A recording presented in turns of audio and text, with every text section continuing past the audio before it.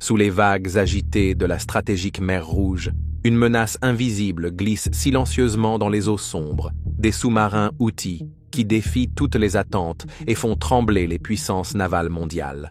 Dans un geste audacieux et sans précédent, ces vaisseaux sous-marins insaisissables viennent d'envoyer un message glaçant directement aux navires de guerre américains patrouillant dans l'un des carrefours maritimes les plus volatiles du monde.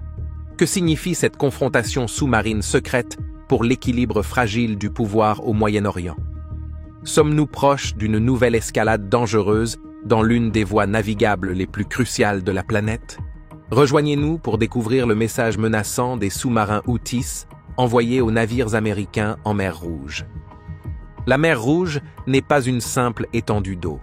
C'est l'une des routes maritimes les plus fréquentées et les plus importantes au monde. Bien qu'elle paraisse étroite sur une carte, environ 12% du commerce mondial y transite. Cela inclut des porte-conteneurs remplis de tout, des smartphones au basket, en passant par le pétrole et la nourriture. Sans ce raccourci, les navires devraient contourner la pointe sud de l'Afrique, le cap de Bonne-Espérance, un trajet qui peut ajouter plus de 2 semaines de voyage et entraîner des coûts supplémentaires en carburant. La mer Rouge est également l'une des plus chaudes et salées de la planète. Ce mélange unique en fait l'hôte de récifs coralliens parmi les plus colorés et intacts que l'on puisse voir. Ces récifs comptent parmi les seuls au monde à montrer une forte résistance au blanchissement causé par le changement climatique. Certains scientifiques les étudient aujourd'hui pour comprendre comment les coraux peuvent survivre dans des océans en réchauffement. La mer est entourée de pays puissants, comme l'Égypte, le Soudan, l'Arabie saoudite et le Yémen, qui la considèrent tous comme une mine d'or stratégique. Ces ports, comme Jeddah et Port Soudan, sont essentiels pour maintenir le commerce mondial en mouvement. Des marines militaires du monde entier, y compris des États-Unis, de la Chine et de pays européens, patrouillent régulièrement cette zone pour la sécuriser. À l'extrémité sud de la mer Rouge se trouve le Yémen, un pays aux montagnes spectaculaires et à l'histoire ancienne, mais aussi ravagé par des années de conflits. Un acteur majeur dans le chaos yéménite est le mouvement Houthi, officiellement appelé Ansar Allah, ce qui signifie les partisans de Dieu. Ils ont commencé comme un petit groupe religieux et politique issu de la communauté chiite zaïdite, une branche moins connue de l'islam chiite, présente principalement dans le nord du Yémen. Ce qui distingue le zaïdisme, c'est qu'il mélange des éléments des croyances sunnites et chiites et qu'il a autrefois dirigé une dynastie vieille de 1000 ans au Yémen, connue sous le nom d'Imamat. Les Houthis sont passés d'un petit groupe à une force armée puissante qui contrôle aujourd'hui de vastes zones du Yémen, y compris la capitale, Sanaa. Malgré les bombardements intenses d'une coalition dirigée par l'Arabie saoudite et leur implication dans l'une des pires crises humanitaires de la planète, où des millions de personnes n'ont pas accès à l'eau potable ou à la nourriture, ils ont réussi à survivre et à riposter grâce à des tactiques de guérilla. Ils connaissent les montagnes du Yémen comme leur poche, utilisant grottes et terrains escarpés pour se cacher et lancer des attaques surprises. Ce que beaucoup ignorent, c'est à quel point les Houthis sont devenus technophiles. Soutenus par l'Iran, ils ont développé un arsenal de drones sophistiqués, dont certains peuvent parcourir plus de 1000 miles. Si les modèles viennent d'Iran, les Houthis en ont modifié beaucoup eux-mêmes grâce à l'impression 3D et des ateliers locaux, fabriquant en quelque sorte des machines de guerre artisanales. Depuis novembre 2023, ils ont lancé plus d'une centaine de frappes de drones et de missiles contre des navires en mer Rouge, surtout ceux qu'ils disent liés à Israël, affirmant ainsi leur soutien aux Palestiniens pendant le conflit de Gaza. Les Houthis ont également posé des mines sous-marines et utilisé des bateaux télécommandés bourrés d'explosifs, transformant la mer Rouge en zone de danger à enjeux mondiaux.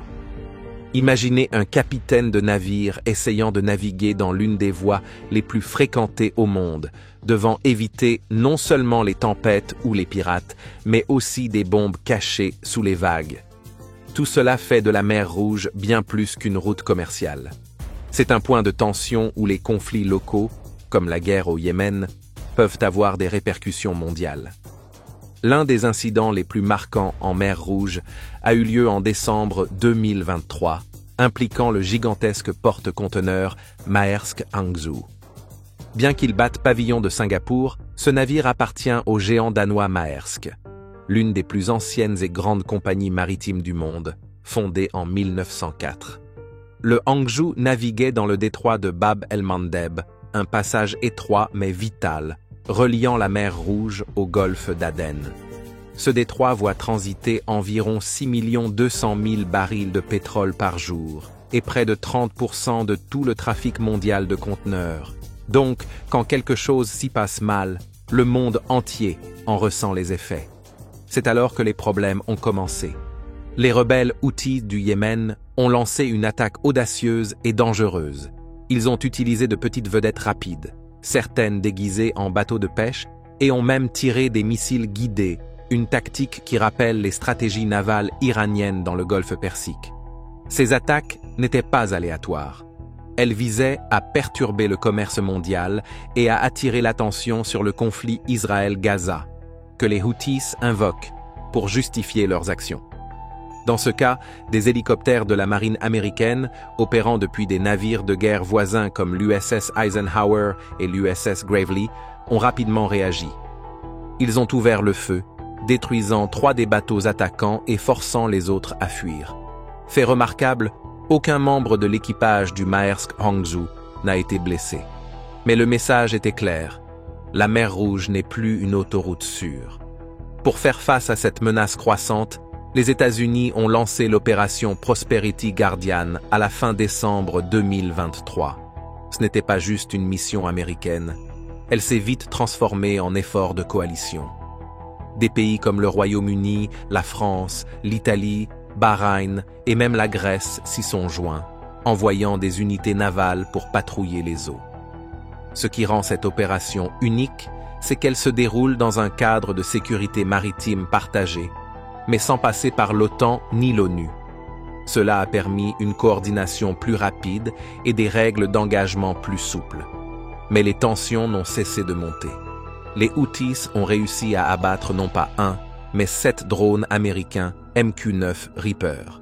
Ces drones, souvent appelés ordinateurs volants, sont équipés de caméras infrarouges, de désignateurs laser et parfois même de missiles Hellfire. Chacun coûte environ 30 millions de dollars et ils opèrent généralement à 50 000 pieds d'altitude. Les abattre montrent à quel point les systèmes d'armement Houthis sont devenus avancés, probablement grâce à la technologie et à la formation iranienne.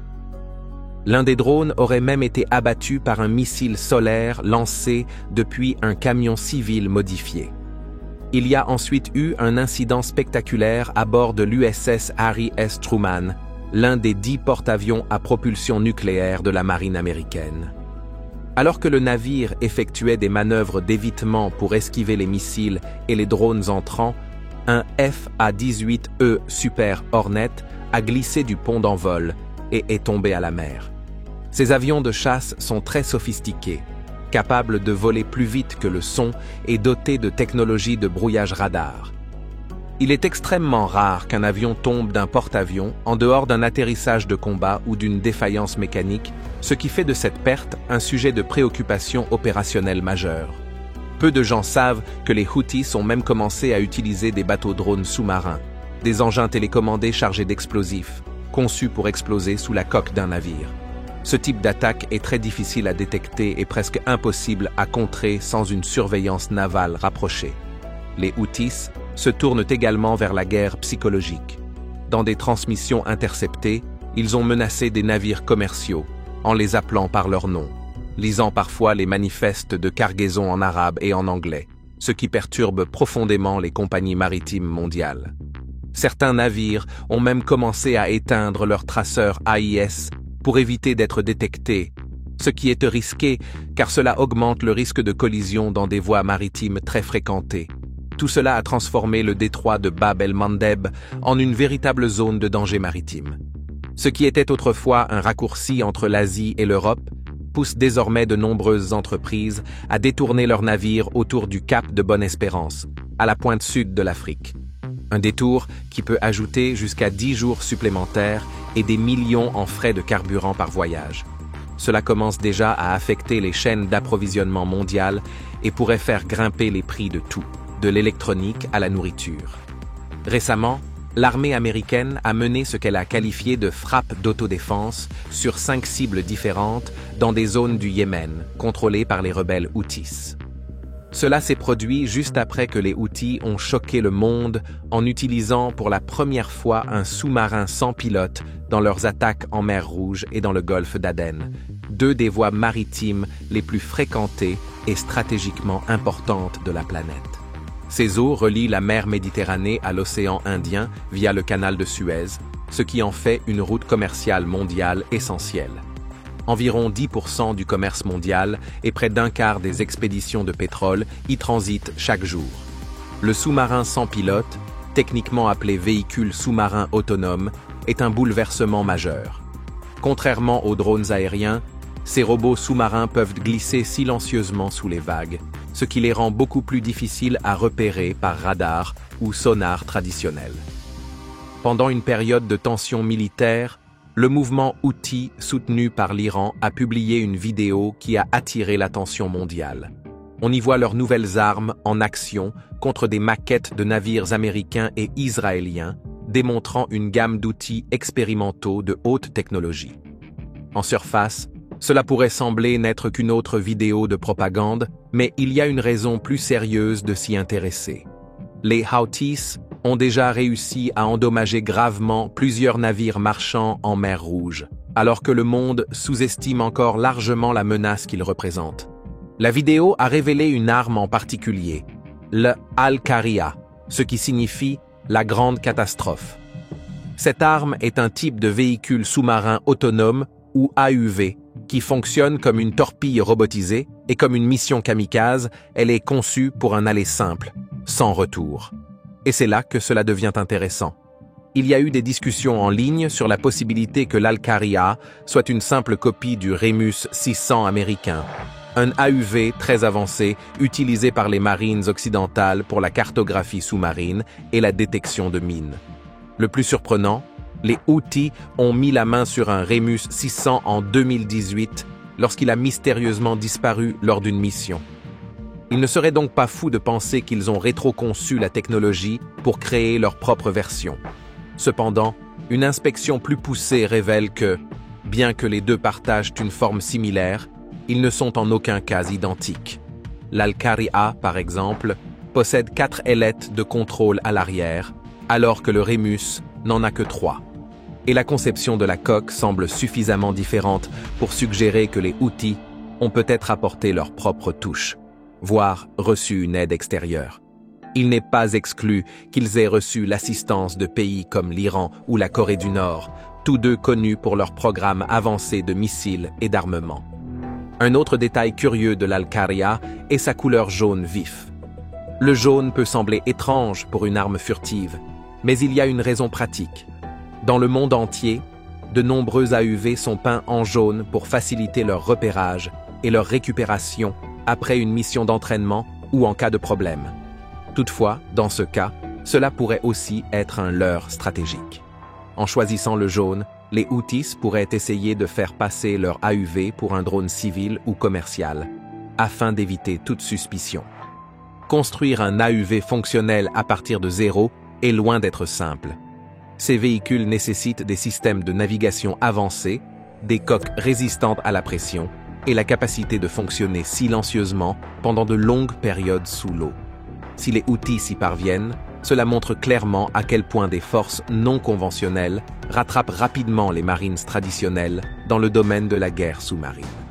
Il est intéressant de noter que la série Remus a été initialement développée par une petite entreprise américaine issue d'un projet de recherche universitaire. Aujourd'hui, les Houthis, comme d'autres milices à travers le monde, reproduisent cette technologie militaire qui était autrefois réservée aux superpuissances.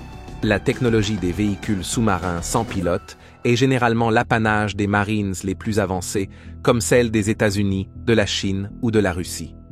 Le fait que les Houthis aient désormais accès à une telle arme représente un saut majeur dans leur capacité militaire. et une évolution inquiétante. Les experts estiment qu'il est très peu probable que les Houthis aient développé ce drone de haute technologie seuls. Ils l'auraient probablement reçu de l'Iran, qui est connu pour fournir des armes sophistiquées à ses alliés dans la région. L'implication de l'Iran ne se limite pas aux drones. Il a une longue histoire de fourniture de missiles de croisière anti-navires, de drones et d'autres armes intelligentes à des groupes comme les Houthis. Certains rapports suggèrent même que des ingénieurs iraniens ont aidé à assembler ou à programmer ces drones sous-marins pour qu'ils fonctionnent de manière autonome ou à distance. Outre le drone sous-marin, les États-Unis ont également ciblé un navire de surface sans équipage, un bateau robotisé qui peut flotter à la surface sans équipage. Ces drones de surface sont eux aussi très difficiles à détecter et peuvent transporter des explosifs ou du matériel de surveillance. Les États-Unis ont frappé ces cibles ainsi que des missiles de croisière anti-navires qui font partie de l'arsenal des Houthis depuis des années.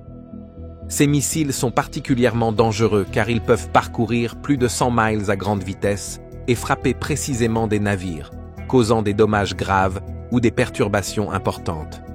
Autre chose, les véhicules sous-marins sans pilote comme ceux-ci peuvent être programmés pour imiter les mouvements de la faune marine ou pour patrouiller silencieusement des routes précises, les rendant parfaits pour des attaques surprises ou de la surveillance sans être repérés. Cette technologie est encore relativement nouvelle, même pour les Marines puissantes, et la voir entre les mains d'un groupe rebelle montre à quelle vitesse les technologies de guerre se répandent dans le monde. En bref, les frappes américaines visaient à neutraliser cette menace émergente avant qu'elle ne cause des problèmes encore plus graves pour la sécurité régionale et mondiale.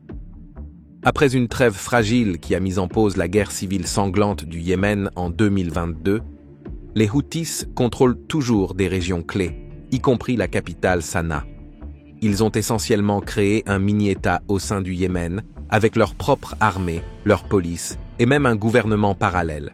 Dans l'ombre, c'est la force Al-Quds d'Iran, la branche d'élite du corps des gardiens de la révolution islamique chargée des opérations à l'étranger, qui soutient les Houthis. Ce groupe agit comme le bras militaire secret de l'Iran à l'étranger, connu pour former et armer des groupes militants à travers le Moyen-Orient, y compris le Hezbollah au Liban et des milices en Irak et en Syrie. La force Al-Quds a aidé à faire passer en contrebande des missiles guidés de précision, des drones kamikazes et des technologies de brouillage radar au Yémen, malgré les embargos internationaux sur les armes. Depuis plusieurs mois, les Houthis tentent de frapper les navires de la marine américaine, opérant en mer Rouge et dans les eaux environnantes. Leur objectif est de perturber le commerce maritime international et de défier la présence américaine dans l'une des routes maritimes les plus stratégiques du monde, en particulier le détroit de Bab el-Mandeb, par lequel transite près de 10% du commerce mondial de pétrole chaque jour. Pourtant, malgré de nombreuses tentatives avec des missiles et des drones, ils n'ont jusqu'à présent pas réussi à toucher un navire de guerre américain. Mais ils ne renoncent pas. Selon des responsables de la défense américaine, les Houthis, avec l'aide de l'Iran, ajustent leur stratégie. Ils s'orientent vers des tactiques plus sophistiquées et dangereuses, comme les attaques en essaim, où des dizaines de drones ou de vedettes rapides chargées d'explosifs attaquent une cible simultanément sous tous les angles. Cette tactique est conçue pour saturer les défenses d'un navire. Même les navires américains les plus avancés comme l'USS Carney, équipés de systèmes radars Aegis et de missiles SM-2, peuvent avoir du mal à intercepter toutes les menaces lors d'une attaque massive et coordonnée. Ce qui rend ces menaces sans équipage encore plus inquiétantes, c'est qu'elles sont souvent basées sur les modèles de drones iraniens Shahed, les mêmes utilisés par la Russie en Ukraine. Ces drones sont bon marché à produire, souvent assemblés avec des pièces grand public comme des modules GPS chinois ou des circuits imprimés obtenus via des marchés noirs. Et malgré leur simplicité apparente, ils deviennent mortels quand ils sont utilisés en grand nombre. La situation s'est encore aggravée début 2024, lorsqu'un autre groupe de milices soutenu par l'Iran a attaqué une base américaine en Jordanie, tuant 3 soldats américains et en blessant des dizaines d'autres. Ce fut l'attaque la plus meurtrière contre les forces américaines dans la région depuis des années. En réponse, les États-Unis ont lancé une série de frappes aériennes ciblant des groupes liés à l'Iran en Irak, en Syrie et au Yémen. Désormais, Washington avertit. Si un drone, missile ou drone naval Houthi parvient à tuer des marins américains, l'Iran ne sera pas seulement blâmé. Il pourrait être tenu directement responsable. Cela pourrait ouvrir la voie à un conflit régional beaucoup plus vaste, impliquant potentiellement des alliés du Golfe, Israël et d'autres puissances mondiales. Le 15 janvier, les gardes-côtes américains ont intercepté un navire suspect en provenance d'Iran en direction des territoires contrôlés par les Houthis au Yémen. Le 28 janvier 2024, le patrouilleur USCGC Clarence Sutphin Jr. a fait une découverte aussi surprenante que critique en mer d'Arabie. Il a intercepté un dhow iranien, un bateau cargo traditionnel en bois utilisé depuis des siècles, et a découvert bien plus que des épices ou des textiles. Plus de 200 pièces d'équipement militaire soigneusement emballées à destination du Yémen, contrôlé par les Houthis. Ce n'était pas une simple saisie d'armes aléatoires. Parmi le chargement figuraient des pièces pour missiles balistiques de moyenne portée, des explosifs puissants, des systèmes de lancement de missiles anti-chars, des équipements de communication militaire cryptés et surtout des composants pour des drones navals de surface et sous-marins, connus sous les noms de USV et UUV. Les Houthis utilisent des drones navals improvisés depuis des années. Certains de leurs plus dangereux sont déguisés en bateaux de pêche ou en vedettes rapides bourrées d'explosifs. Ce qui est particulièrement inquiétant dans cette saisie, c'est le niveau d'avancement de certains composants. Des experts du renseignement affirment que certaines pièces indiquent une nouvelle génération de drones maritimes capables d'opérer sous l'eau. En somme, des drones suicides aquatiques. Ceux-ci sont bien plus difficiles à détecter et à neutraliser que les navires de surface, raison pour laquelle les forces navales du monde entier surveillent de près ce type de technologie. L'opération viole la résolution 2216 du Conseil de sécurité de l'ONU qui interdit strictement le transfert d'armes aux rebelles Houthis. Et ce n'est pas un cas isolé, loin de là. Entre 2015 et 2023, au moins 18 navires de contrebande iraniens ont été interceptés alors qu'ils tentaient d'acheminer des cargaisons similaires vers le Yémen. Dans plusieurs cas, certaines armes portaient des numéros de série correspondant à des stocks militaires iraniens, rendant difficile pour Téhéran de nier son implication. Le général Mikhail Erik Kourila, commandant du CENTCOM, n'a pas mâché ses mots. Il a désigné directement l'Iran, affirmant que ses actions déstabilisent toute la région et menacent la sécurité maritime internationale. Et il n'exagère pas. 2 de ces USV ont été détruits lors de récentes frappes aériennes américaines, soulignant la menace croissante qu'ils représentent pour la sécurité maritime dans la région. Il ne s'agissait pas seulement d'intercepter des armes par la mer ou sur le terrain. Les États-Unis ont également lancé une cyberattaque rare et sophistiquée. Selon des responsables américains, la cible était un navire iranien nommé MV Beshad. Ce navire est en réalité une base flottante de surveillance équipée de technologies de pointe utilisées pour l'espionnage électronique. Il navigue discrètement en mer Rouge depuis des mois, relayant des renseignements cruciaux aux forces Houthis, comme les coordonnées GPS exactes des cibles. La cyberattaque américaine aurait neutralisé la capacité du Beshad à communiquer, perturbant son rôle dans la coordination des frappes. Le MV Beshad fait partie de la soi-disant flotte fantôme de l'Iran, un réseau de navires à l'apparence civile qui collecte des données de surveillance tout en se faisant passer pour des cargos marchands. Beaucoup de ces navires sont équipés de paraboles, de dômes radars et d'antennes déguisés en éléments anodins. Certains experts estiment que ces navires sont également capables de brouiller les signaux GPS ou d'intercepter les flux vidéo des drones. Les États-Unis ont frappé le Beshad dans le cadre d'une réponse plus large et multidimensionnelle à l'attaque meurtrière du 28 janvier en Jordanie, qui a coûté la vie à 3 soldats américains. Cette attaque, imputée à des groupes de milices soutenus par l'Iran, a poussé Washington à adopter des tactiques plus offensives, à la fois sur le terrain et dans le cyberespace. Pendant ce temps, les Houthis ne sont pas restés silencieux. Ils ont revendiqué 5 attaques en l'espace de 24 heures. 2 d'entre elles visaient des navires américains dans le golfe d'Aden, l'une des routes maritimes les plus fréquentées au monde, et une autre aurait touché et coulé un cargo britannique. Les Houthis utilisent des tactiques de plus en plus avancées et improvisées. Ces derniers mois, ils ont déployé tout. Des missiles de croisière aux drones d'attaque unidirectionnels, en passant par des vedettes modifiées bourrées d'explosifs. Certaines étant même pilotées à distance, via tablette ou téléphone, grâce à une connexion satellite. Fait intéressant, de nombreuses pièces d'armes interceptées montrent des signes d'avoir été imprimées en 3D ou fabriquées à partir de composants commerciaux standards disponibles sur le marché. Cela rend leur traçabilité et leur neutralisation encore plus difficiles. Des responsables américains ont déclaré que certains drones Houthis contiennent des cartes électroniques fabriquées dans des pays comme la Chine, voire les États-Unis, ce qui met en évidence la portée mondiale de leur chaîne d'approvisionnement. En mai 2025, après avoir enduré près d'1 mois de frappes aériennes américaines incessantes visant des sites radars, des lanceurs de missiles et des installations de drones, les rebelles Houthis au Yémen ont finalement laissé entendre qu'ils étaient prêts à apaiser la situation. Les services de renseignement américains ont détecté une baisse notable du trafic de communication Houthi et une diminution des activités de lancement. Des indices suggérant qu'un changement s'était opéré en coulisses. Cela a finalement conduit à l'annonce d'un cessez-le-feu le 6 mai.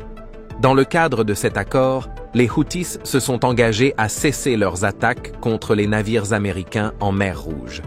Cependant, ils ont rapidement précisé qu'ils considéraient toujours les navires liés à Israël comme des cibles légitimes. C'est un point crucial, car ils ont utilisé tout, des drones iraniens modifiés aux vieux missiles de croisière de l'ère soviétique, dont beaucoup ont été rééquipés avec des technologies de brouillage GPS pour éviter les interceptions.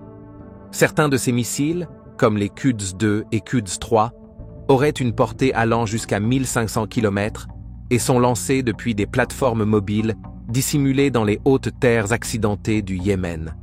L'impact des attaques a largement dépassé le domaine militaire. Les Houthis ont perturbé une route commerciale mondiale essentielle, qui traite environ 1000 milliards de dollars de marchandises chaque année. Au moins 12 grandes compagnies maritimes, dont Maersk, Hapag-Lloyd et Mediterranean Shipping Company, ont temporairement cessé de naviguer en mer Rouge, forçant les cargos à contourner la pointe sud de l'Afrique. Un détour qui ajoute jusqu'à 14 jours et des milliers de kilomètres au trajet. En conséquence, les coûts mondiaux du transport maritime ont bondi jusqu'à 65% au début de l'année 2025. Même des géants de l'énergie comme BP et Shell ont suspendu leur transit en mer Rouge en raison des préoccupations liées à la sécurité. Cela a eu un effet domino. Les prix du carburant en Europe ont brièvement augmenté en raison des retards de livraison, et les fabricants asiatiques, en particulier au Japon et en Corée du Sud, ont rencontré des goulots d'étranglement dans l'importation de semi-conducteurs et de minerais rares utilisés dans tout, des smartphones aux voitures électriques. Ce que beaucoup ignorent, c'est que la capacité des Houthis à maintenir ces opérations repose fortement sur un vaste réseau d'approvisionnement clandestin. Des rapports de renseignement suggèrent qu'ils ont reçu non seulement des armes et des financements du corps des gardiens de la révolution islamique iranien, mais aussi des images satellites et un soutien en communication cryptée. Il y a même des rumeurs non confirmées selon lesquelles d'anciens ingénieurs issus de l'armée irakienne, dissoute à l'époque baasiste, les aideraient à construire des drones longue portée et des missiles de croisière à partir de pièces récupérées sur des avions hors d'usage et d'anciens arsenaux irakiens. Un autre rebondissement fascinant est le retour discret de la piraterie en mer Rouge. L'instabilité provoquée par les attaques Houthis a créé des failles dans la sécurité maritime, et certains réseaux de pirates somaliens, inactifs depuis près d'une décennie, ont commencé à se regrouper pour tirer parti du chaos. Ainsi, bien que le cessez-le-feu entre les États-Unis et les Houthis ait apporté un moment d'accalmie, il s'agit davantage d'un sursis fragile que d'une véritable résolution. Avec des navires liés à Israël, toujours pris pour cible, et des tensions persistantes entre les États-Unis, l'Iran et les puissances du Golfe, La mer Rouge demeure l'un des points chauds, maritimes, les plus dangereux et les plus surveillés de la planète. Il suffirait d'un seul missile touchant le mauvais navire, ou pire, une cible civile, pour rallumer tout le conflit. Merci d'avoir regardé un nouvel épisode sur notre chaîne. Pendant que vous êtes encore là, cliquez sur la vidéo à l'écran pour découvrir d'autres contenus incroyables comme celui-ci.